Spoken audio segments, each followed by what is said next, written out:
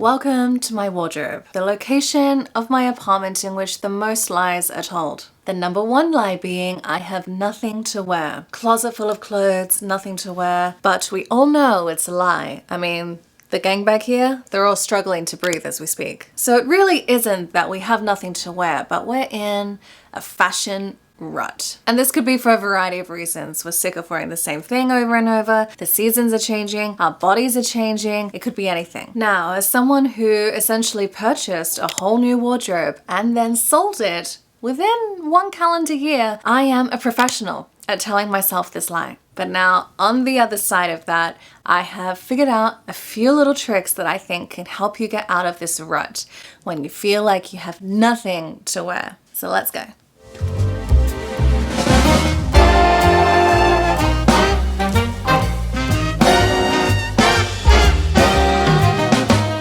Ladies and gentlemen, there is something extra special about this video today because it is in collaboration with one of my favorite people on the internet, and that is the one and only Stephanie Florian, also known as the Style Stumbler here on YouTube. If you happen to be here from Stephanie's channel, just take those expectations and torpedo them into the ground because I am nowhere near as gifted as Stephanie is. Stephanie is an incredibly gifted, intelligent, creative, articulate, insightful woman, and she has so much to offer, and it's a real joy to watch any of her videos. Currently, her channel focuses mostly on makeup, and in the wake of her no-buy year, she has been incredibly discerning with the products she brings into her collection, and her makeup reviews are PhD level. They are so thoughtful and well presented and detailed yet concise. Everything about her videos is top notch. It's actually a little embarrassing to be doing this collaboration with her because I feel the high pressure. I'm also very lucky to be able to call her my friend. It's so cool to be able to connect with really amazing people like Stephanie. So if you enjoy deep beauty dives and critical makeup talks with videos that have a lot of creativity and originality and entertainment, Stephanie is your girl. Stephanie is just everyone's girl. She is phenomenal. So once you finish watching me goof around, I urge you to watch her video, which will be linked in the description box down below. All right, let's go.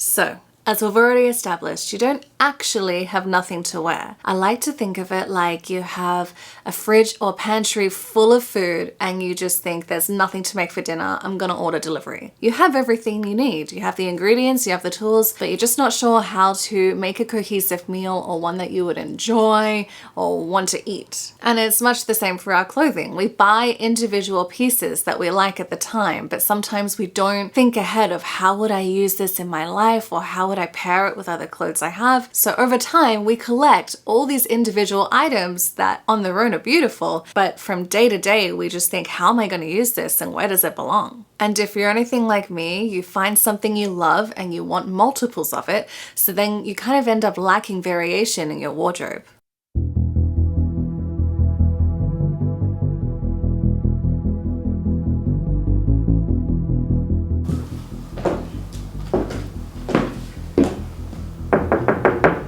Hi. Oh yes, come on in. Have a seat. I'm Dr. Sisley. Yes, very nice to meet you. Don't worry, it's perfectly normal to be nervous. Why don't you start by telling me what brings you here today? I feel like I'm in a rut. How do you mean? I mean, I wake up every morning just with this same feeling of dread, and it just doesn't seem to go away. I see. So I try to face my demons. I open up my wardrobe and there are just so many clothes, but nothing to wear. Yes. Okay. It's like some sort of fashion Bermuda Triangle over here. Yes, yes. Brittany, I want to explore this even further with you. So can you tell me, what do you think is causing this dilemma? I don't know. I mean, I find these clothes that I love and then I bring them home with me, and then I just, after a wear or two, I don't know what to do with them. Yes. This isn't the first case I've seen of this, Brittany, so I want you to feel reassured that you are not alone in your struggle. Thank you, Dr. Cisely. Now, remember, Brittany, this isn't about the clothes that you have, but it's about how they make you feel and how you can keep enjoying your style in different ways without feeling inundated by different options that might be available to you online or elsewhere. Okay, right, yes, okay, good. Okay, Brittany, well, our time is up, but for homework this week, I am going to give you a few tricks that I think can guide you on how you can enjoy your wardrobe even more. Are you open to something like that? Yes, I'm very open to that. Thank you, Dr. Cisely. Please tell me what you know. Perfect. Thank you very much for coming today. And don't forget that on the way out, the products you see are on a promotion for 30% off, and we have a gift with purchase if you spent more than $500.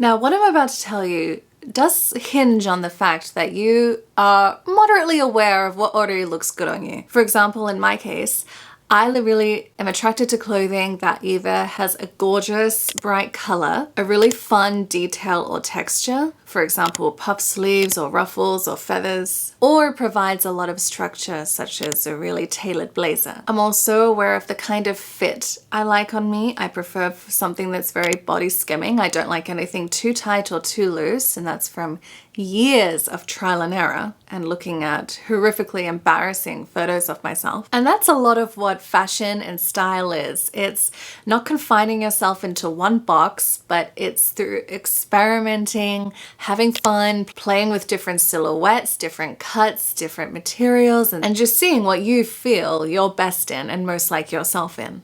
So if you are there and you are happy with the individual pieces you have, but you're just not sure how to put them together to create a feeling of newness in your wardrobe, I've got you, baby girl. So the 3-word formula that we're going to use to create these different outfits is comfort, contrast, and pop. Let me explain.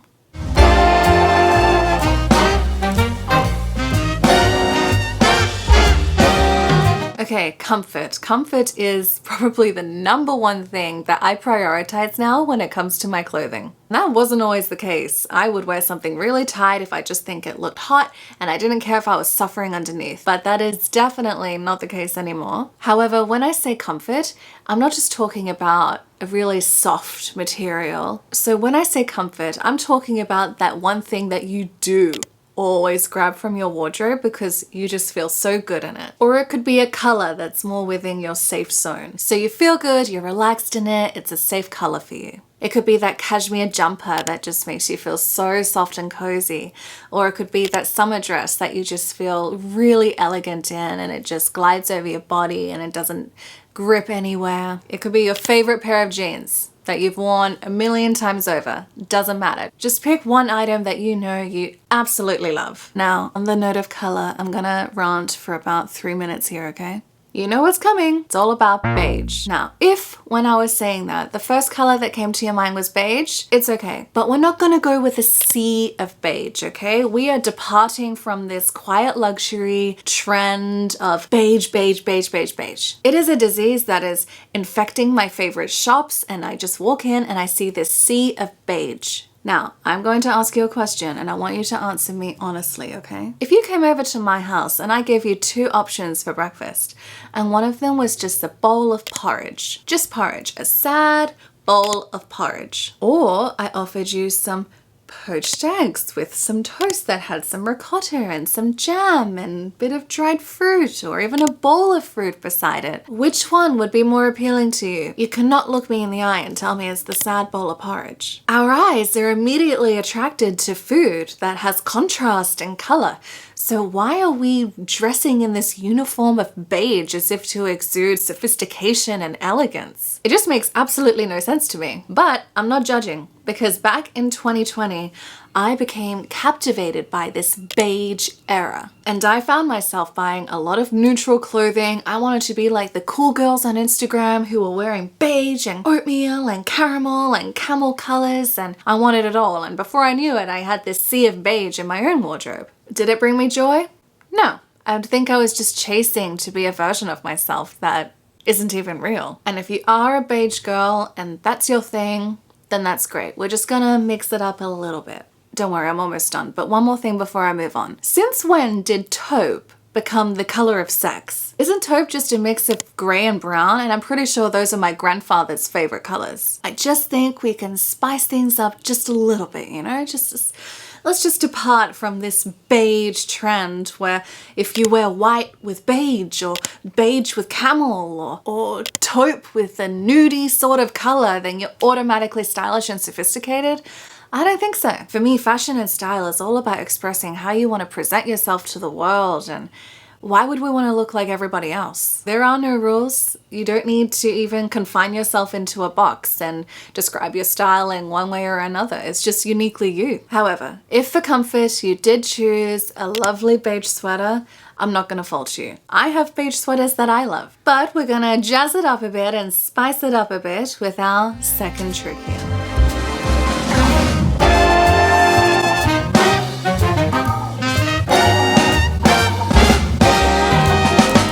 Okay, our second trick is arguably the most important trick because it's all about contrast. And this can be contrast in anything. It could be a contrast in the material. So for example, you could wear silk on top, leather on the bottom, or you could contrast different silhouettes. So for example, a very masculine structured silhouette with something more feminine and soft and flowy. If you have something very tight on top, you might want something looser on the bottom. Or you can mix different colors. So you could wear cool tones with warm tones and just to bring that something very unexpected. So for example, I could wear a neutral colored blazer, something that I feel very comfortable in, and on the bottom I would pair it with something more feminine, like a skirt with floral detail and lace. So it's less uniform, masculine, but I have that contrasting element of a very soft, flowy, very feminine piece. And it just provides a bit more interest. Whatever it is, just make sure that contrast is there because that automatically creates interest and brings some sort of creativity to your outfit.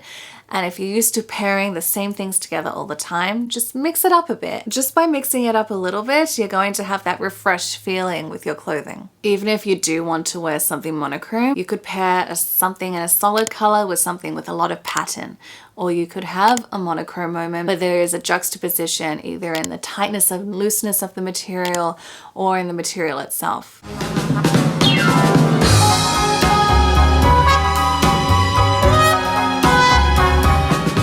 And our third trick is bringing that pop, that really unexpected, interesting, just burst of life in your outfit. Here is where I find accessories really become helpful. So it could be in your footwear, it can be in a handbag, it could even be in your jewelry or something in your hair. And this goes beyond contrast. It might be something that doesn't even look like it should match.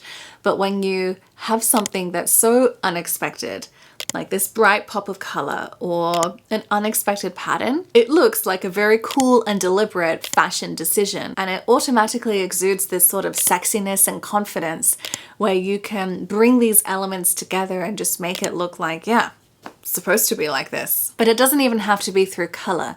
It could be through a silhouette. For example, if you're not used to wearing something with ruffles, maybe you might wear something with ruffles just to push yourself out there just a little bit. I feel like we very often box ourselves in and think, no, I don't like this, I don't like that, I'm not that kind of person. Like, I don't wear puff sleeves or I don't wear mid-rise pants. Whatever it is. But you never really know until you do it and you think, I actually like this. Because I am sure you have some items in your closet that you think, I'm saving that for a special occasion. No, I don't feel like wearing that today. Nah, it's not gonna look good. Just put it on. Put it on with something you feel comfortable with, have that contrast there and bring that pop. and you may surprise yourself. So the next time you go into your closet and you have no idea what to wear, keep these 3 words in mind. I've just found it's a good way to get reattached to certain items again, give them that bit of life, and just reinvigorate my wardrobe, because I have to trust that my past self chose these pieces for a reason. So have fun with your clothes, don't take them too seriously,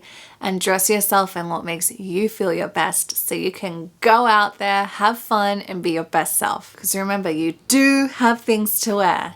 You just gotta mix it up a bit. So whenever you feel in a rut, don't rush to add things to your cart. Have some time with your clothes. Get to know them a little better. Wear them a little differently, and you might surprise yourself with what happens. Thank you for spending your time with me. If you haven't already watched Stephanie's video, I highly encourage you to do so, because she is far more talented than I am. She always has very well articulated and insightful things to say, so go check out her video and give her and her channel lots of love. And I'll catch you on my next one.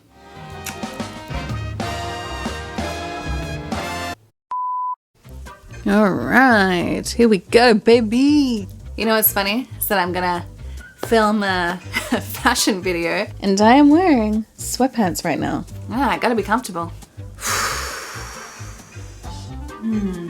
I see. Remember, Brittany. I see. Beige? It isn't even a color. It's a non-color that says absolutely nothing. Now, I'm not saying beige is bad. What I am saying is that beige is boring. People gonna get upset. Beige, beige, beige. Let's go on a website. Let's go on Club Monaco. Oh look, okay. Club Monaco, can you see that? Okay, I just Googled Club Monaco, and what do we see here? What is this? Beige. It's everywhere. Okay, let's go on the website.